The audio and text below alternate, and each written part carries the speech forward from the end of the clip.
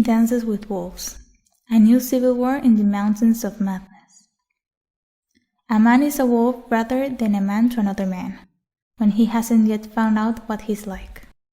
Plautus. The wolf is coming! The wolf is coming! I have never been fond of fables, children's stories, and fairies literature. I've always been more into adventures, stories, real stories, of course. Mainly the hidden and forgotten ones, difficult and uncomfortable to digest. Those that always flow against the current, in the opposite direction to fashion, trends, and political correctness. And by chance, here I am, more than a year kidnapped by the stupidity and the pandemic that stopped my adventurousness across the seas. And suddenly, I guess also by chance and the usual large dose of curiosity, the hitherto alien landscape of the mountains appeared before my eyes, immaculate, infinite. And with it, its people, with their joys and sorrows. And in the midst of it all, always present the wolf, loved and hated in equal parts.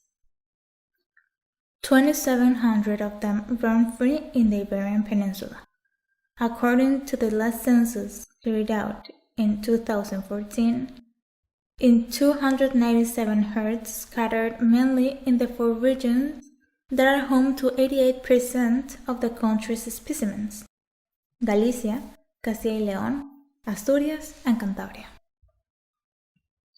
During the last 3 decades, the number of specimens, according to the central government, has barely increased in Spain. However, in communities such as Cantabria, it is estimated that its population has increased 6-fold following a clear process of geographical expansion and is really present in almost 3/4 of its territory. On September 25th, the Ministry for Ecological Transition and the Demographic Challenge included the Iberian wolf in the list of wildlife species under special protection regime, which means that this canid, before the year 2000, was considered vermin, cannot be hunted in the national territory, thus reactivating a conflict that seems to have no end. While this battle of figures and political interests goes into the offices, the increase in wolves' attacks has the rural people on edge, who feel helpless and abandoned in the face of hostilities that are intensifying, unleashing a new civil war in the mountains. Most cattle ranchers are no longer compensated for so much anxiety. Every night, they have to go up into the mountains to watch over and protect their livestock, sleeping in their vehicles or in one of the precarious haunts scattered in the summits. Entire families come early to look for their calving cattle in the mountain passes, where they feed in the rich pastures, to bring them down to enclosures at lower altitudes in order to at least be able to locate and recover the victims after a new attack. Nor is it economically viable for them to keep on losing so much. Many mornings they have to count the casualties caused in the last skirmish. In most cases, government aid and its bureaucracy do not cover the damages to the economy. It takes between 6 and 9 months to collect the compensation, and only for the recovered and registered animals. If an animal body is nowhere to be found, its compensation is not collected, and there are many that never appear, as if it were a scary movie, abducted by supposed predators of the summits, leaving no trace. This economic uncertainty is making way for a much more complicated issue to diagnose and overcome: mental insecurity. Disillusionment, anguish, and stress are surfacing in a world where day-to-day concerns we're other. All of this is forming a very dangerous cocktail, with clear evidence. the wolf is getting closer and closer, and its attacks are already prowling the courtyards of their homes. The statistics are overwhelming. 85% of the damages are caused less than 100 meters from the houses. It's estimated that 15,000 heads of the cattle are killed in the peninsula each year, so they demand actions to prevent the indiscriminate killing of their herds. But the war goes on, and it looks like it will stay that way.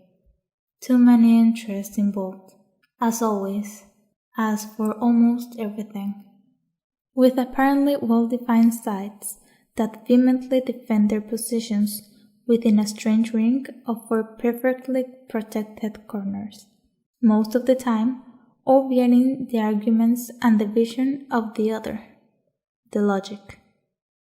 On one hand, the conservationist organization always assuring the primordial protection and safeguarding of the wolf to maintain the good health of the ecosystem and proposing to speed up the, in many cases, scarce subsides per killed animal, to try to palliate somehow the economic impact to the families of the mountain.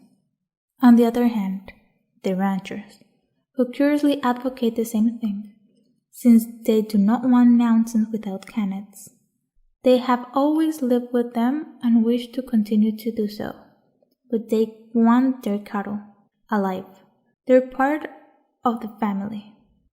Logically, they don't think it's fair to always have to be the real benefactors of the pardo that they feed every day with their cattle. And in between, a public opinion that isn't aware of both sides of the story. I believe that a problem has several edges that must be evaluated, each and every one. The truth sometimes is relative.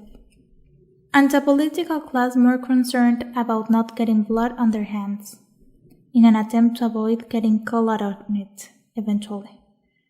It seems complicated, even dangerous in a way, to raise certain flags in public.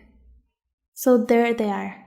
The autonomous and central governments engage in a contest of trivial consequences in which the victims, unfortunately, it seems like they will continue to be the same they've always been. And the wolf keeps dying, by action or omission, by civil or military action. The primary sector along with the extensive livestock sector too. And nobody seems to care. Our villages orphaned, their fields in permanent fallow, strange Spain, emptied out, immersed in a ridiculous and misunderstood globalization of free opinions lovers, censorship and Buddhiship. And here they are, the last of the Philippines. Anonymous heroes of a few generations that with their sacrifice always filled our tables with rich food without asking much in return. And now, they're hopelessly extinct, forgotten, before our disdain from any capital city. Faces eroded by hard work and marathon days of life, furrows and more furrows, mountains and more mountains. Here is my gratitude and small tribute to them. I have always been a firm believer in the written and inviolable right that all those killed in a conflict should hold the same value, on one side or the other. Hopefully, one day that will happen here.